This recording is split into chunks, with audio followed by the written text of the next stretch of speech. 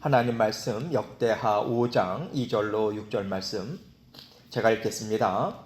이에 솔로몬이 여호와의 언약궤를 다윗성 곧 시온에서부터 메어 올리고자 하여 이스라엘 장로들과 모든 지파의 우두머리 곧 이스라엘 자손의 족장들을 다 예루살렘으로 소집하니 일곱째 달 절기에 이스라엘 모든 사람이 다 왕에게로 모이고 이스라엘 장로들이 이름에 레위 사람들이 궤를 매니라. 궤와 회막과 장막 안에 모든 거룩한 기구를 메고 올라가되 레위인 제사장들이 그것들을 메고 올라가매 솔로몬 왕과 그 앞에 모인 모든 이스라엘 회중이 궤 앞에서 양과 소로 제사를 드렸으니 그 수가 많아 기록할 수도 없고 셀 수도 없었더라. 아멘. 하나님께서 이스라엘 백성들과 함께 계속해서 살아가시면서 수많은 역사들을 이루어 오셨죠. 이스라엘 백성들이 참으로 많이 하나님을 외면하고요. 세상을 쫓는 삶을 참 많이도 살았습니다. 그럼에도 불구하고 하나님께서 이스라엘 백성들을 백성 삼으시겠다. 또 자녀 삼으시겠다. 자녀된 삶, 백성된 삶 살아갈 수 있도록 하나님께서 함께 하시겠다. 이것을 하나님께서는 참 그 약속을 끈질기게도 지켜오셨어요.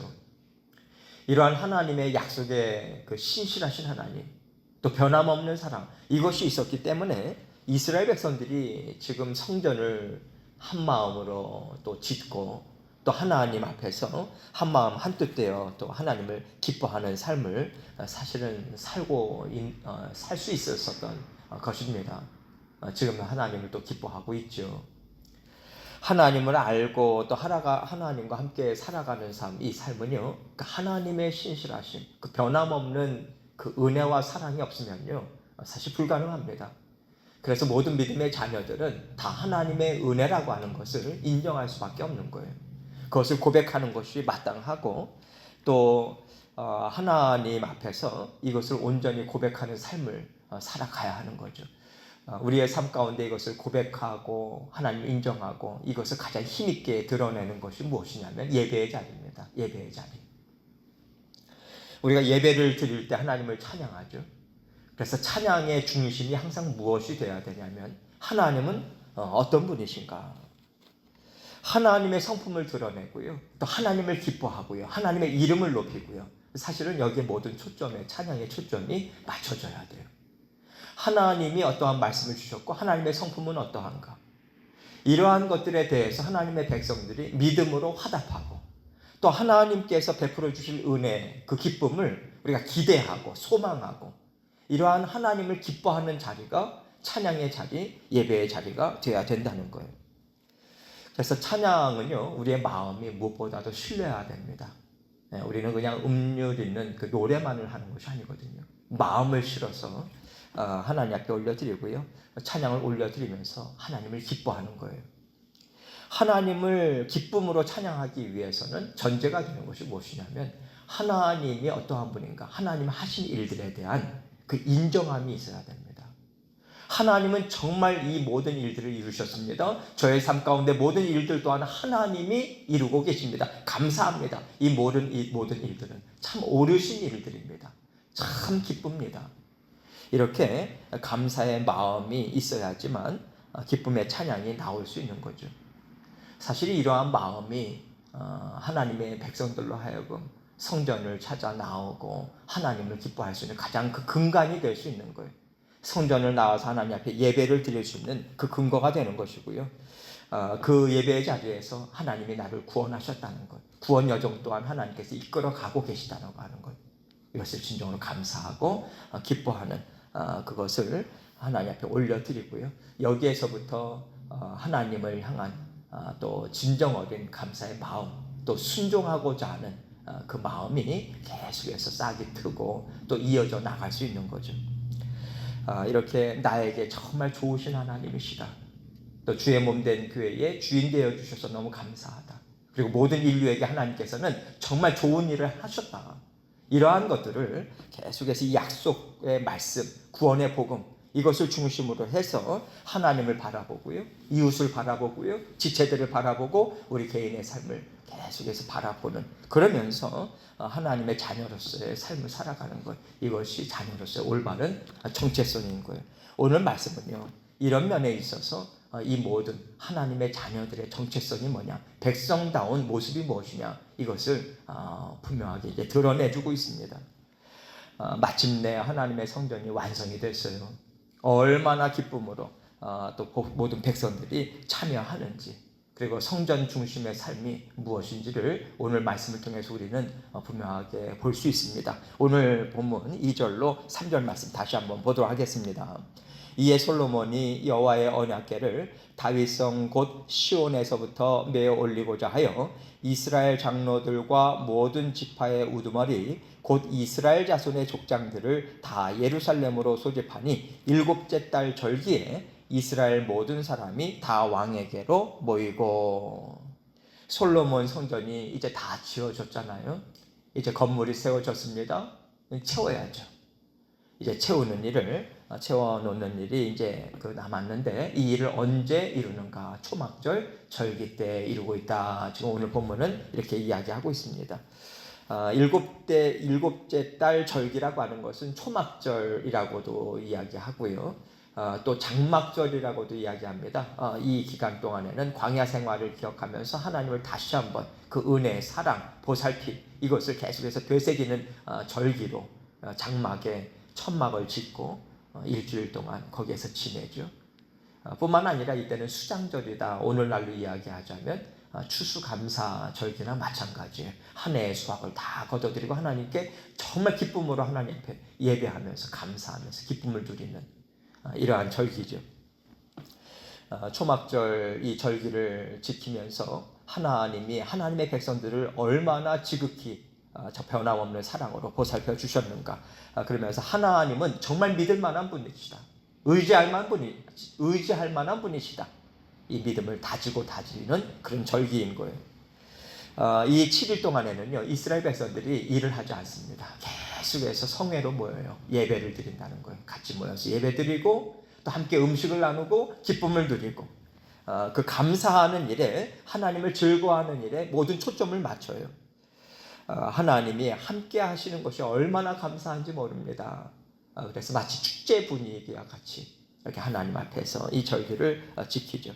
그래서 솔로몬 왕과 또 지도자들이 함께 모였잖아요. 모여서 언제 그 언약궤를 하나님 앞에 또 성전에 이렇게 또 모셔 드릴 것인가, 이것을 논의하는 중에 하나님이 어떤 분이신가, 그 보살핌, 하나님의 사랑, 저방 주의 몸된 교회의 주인은 하나님이시다. 우리 교회를 하나님께서 지키고 계시다.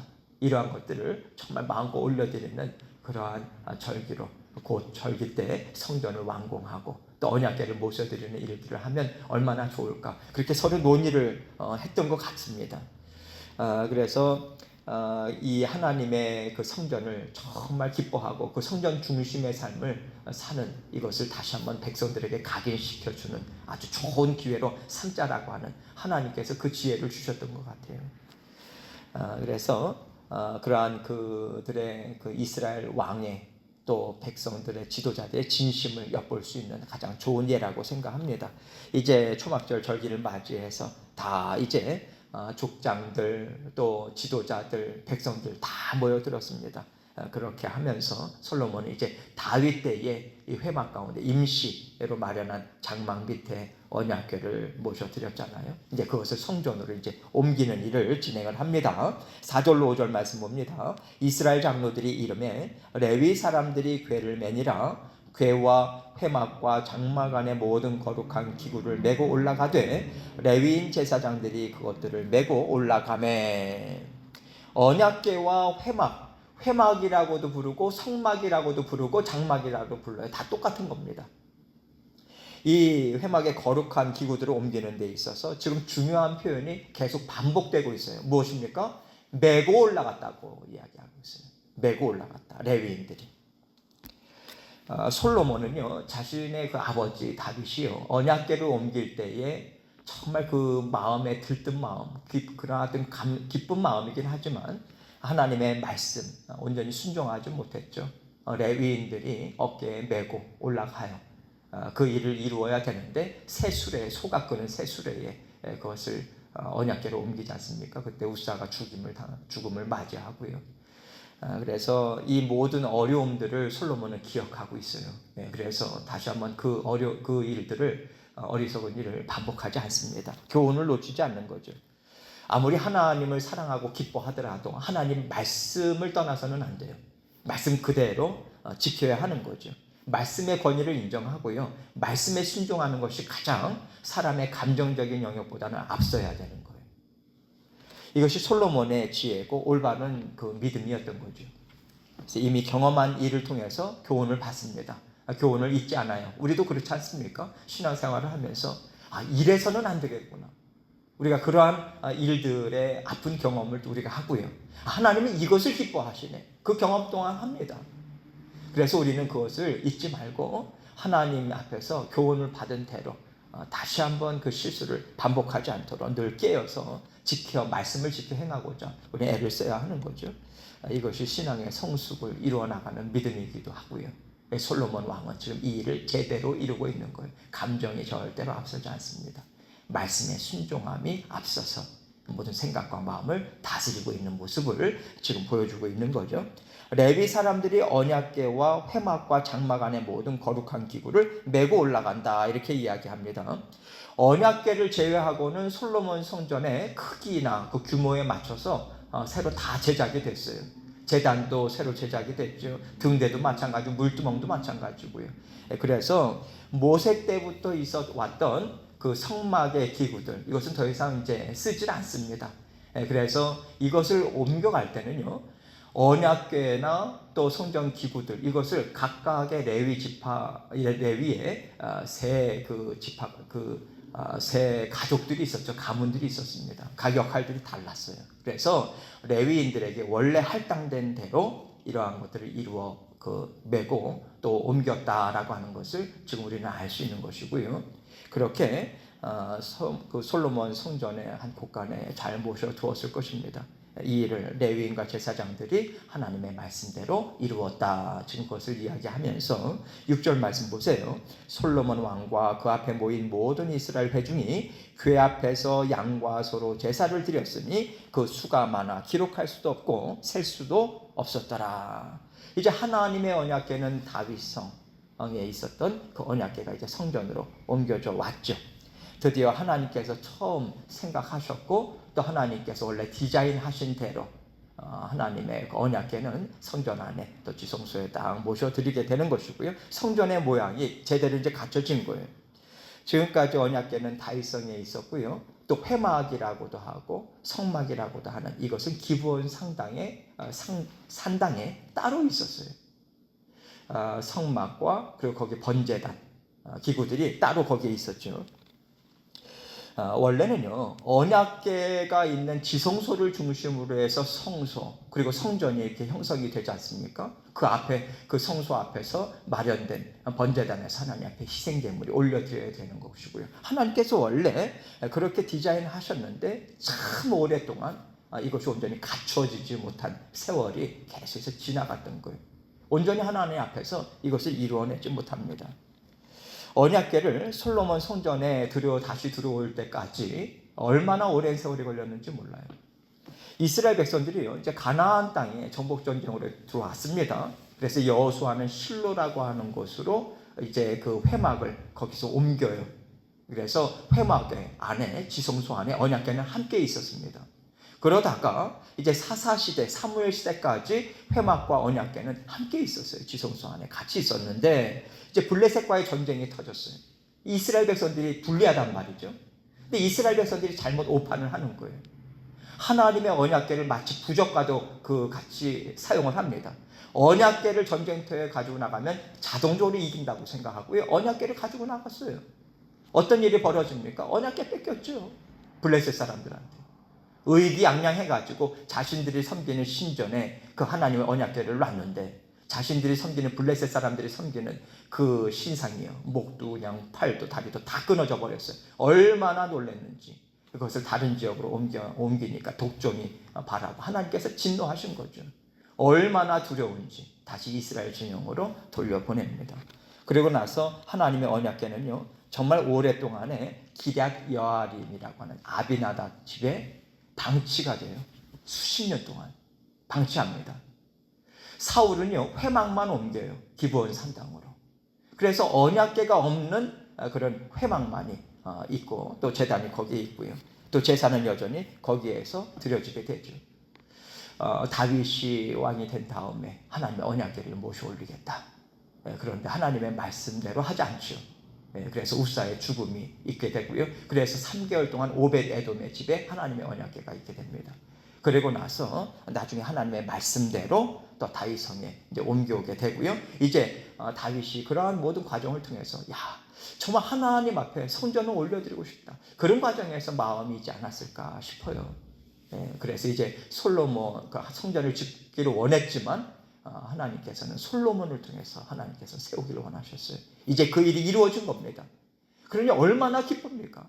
이스라엘 백성들이 하나님 앞에서 그런 언약궤, 성전 기물들 이러한 것들로 이제 다 채워지는 이 모든 일들, 하나님 앞에 하나님의 언약궤가 참으로 오랜 세월 동안에 방치가 되어 있었고요. 그럼에도 불구하고 하나님께서는 오랫동안 참으시고 그 모든 과정 가운데서 하나님께서 또 이스라엘 백성들에게 은혜도 베풀어 주셨어요. 강성한 나라를 마련해 주셨습니다. 그리고 성전도 짓게 하시고요. 하나님의 변함없는 은혜를 베풀어 주셔서 이 모든 일들이 진행되어 왔었던 거죠. 이 모든 감사와 기쁨이 초막절 절기에 지금 이루어진 거예요. 그러니 하나님 앞에 이 소와 양으로 하나님 앞에 드렸는데 그 수가 헤아릴 수 없이 많았다. 그 기쁨이 얼마나 큰지 그렇게 하나님 앞에 예배하며 나아가고 있는 모습을 보여주고 있어요. 여러분, 하나님은 정말 크신 하나님이시죠. 언약궤와 회막을 따로 떨어뜨려 하나님께서 얼마든지 하실 수 있죠. 근데 참 오랫동안 정말 기다리셨어요. 오랫동안 참으셨죠. 하나님께서는 하나님의 백성들이 하나님의 말씀에 순종하고 하나님에 대한 경외심, 하나님 앞에서 영적으로 깨어서 모든 일들을 정말 이루기를 원했지만 백성들은 그 하나님의 마음을 따라가지 못했습니다. 참으로 오랫동안 참으시면서 그들의 허물, 죄, 하나님께서는 그럼에도 불구하고 하나님의 백성으로 하나님께서 빚어오신 거예요. 만들어 오셨습니다. 하나님께서 은혜를 베풀어 주시고 영적으로 회복하는 자리까지 하나님께서 이끌어 주신 거예요. 그래서 그 하나님의 성전이 온전히 이루어지는 그것을 하나님만이 기뻐하는 것이 아니라 이스라엘 백성들이 자발적인 마음으로 그 모든 일들을 함께 이뤄내면서 하나님과 함께 기쁨을 누리기를 하나님은 정말 원하셨던 거예요. 자발적인 마음, 영적으로 깨어있음. 하나님은 이것을 오랫동안 기다려 오셨고 또 하나님께서 이 일을 이스라엘 백성들과 함께 이루시면서 기쁨을 누리고 계십니다. 하나님의 오래 참으심이라고 하는 것은요, 우리 개인뿐만 아니라 가정도 마찬가지고 주의 몸된 교회도 마찬가지예요. 나라도 마찬가지입니다. 오래 참으시는 하나님의 긍휼하심, 변함없는 사랑 베푸심, 이것이 없으면 우리는 존재할 수가 없어요. 가정도 마찬가지고 주의 몸된 교회도 마찬가지입니다. 이것을 생각할 때 가장 기본적으로 우리가 하나님 앞에 만족하지 않을 것이 무엇일까? 이것을 우리는 늘 생각해야 돼요.